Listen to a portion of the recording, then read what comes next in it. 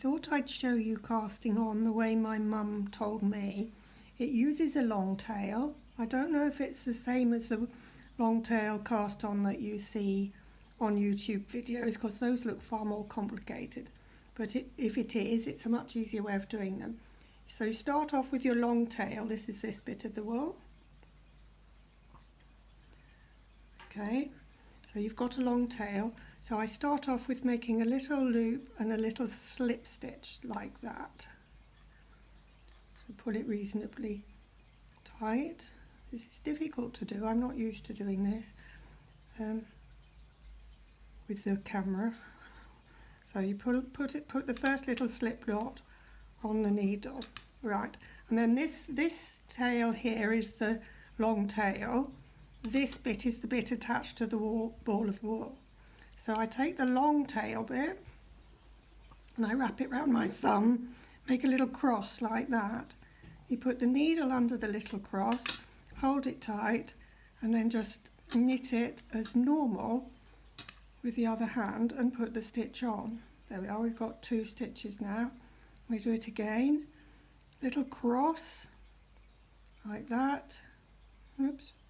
Put the needle under it, hold it tight, pull it round and gently tug it into position. Don't tug too tightly or your cast on will be too tight.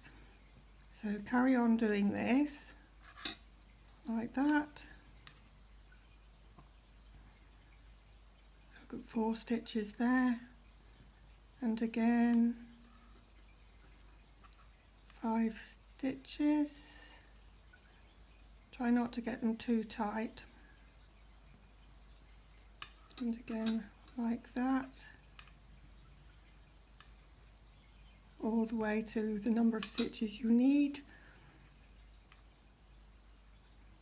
And an easy way of working out how long your tail of wool needs to be is to wrap it round the needle several times. Wrap it round the needle for every stitch you need, add a little bit extra, and then that gives you more or less the length you'll need. Quite often I use a much longer long tail because I use that for sewing up at the end. Right, so 1, 2, 3, 4, 5, 6, 7, 8, 9. This wool is nice and easy to count the stitches because it changes colour so often. 10.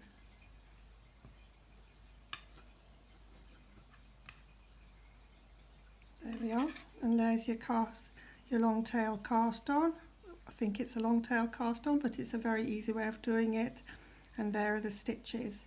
And then you just turn it round and knit it as normal, with making sure that you don't accidentally use the wrong end of the wool to knit, and then you just knit as normal.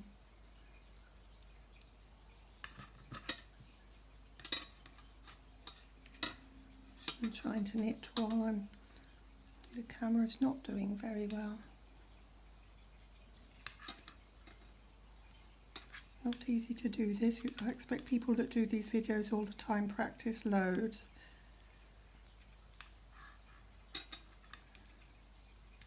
And have probably proper cameras set up instead of just their phone. So just knit to the end. And it doesn't matter what stitch you're doing, this is just ordinary knit stitch. You can do purl, you can do rib, whatever. Doesn't matter, the cast on works the same for all of them. And it produces a nice, well-behaved edge, which is reasonably stretchy and also reasonably easy to sew up if you need to sew it up to make up your garment or whatever it is you're making. Okay. So that's the first row done. You can see that's that side and that's the other side, and it produces a nice edge.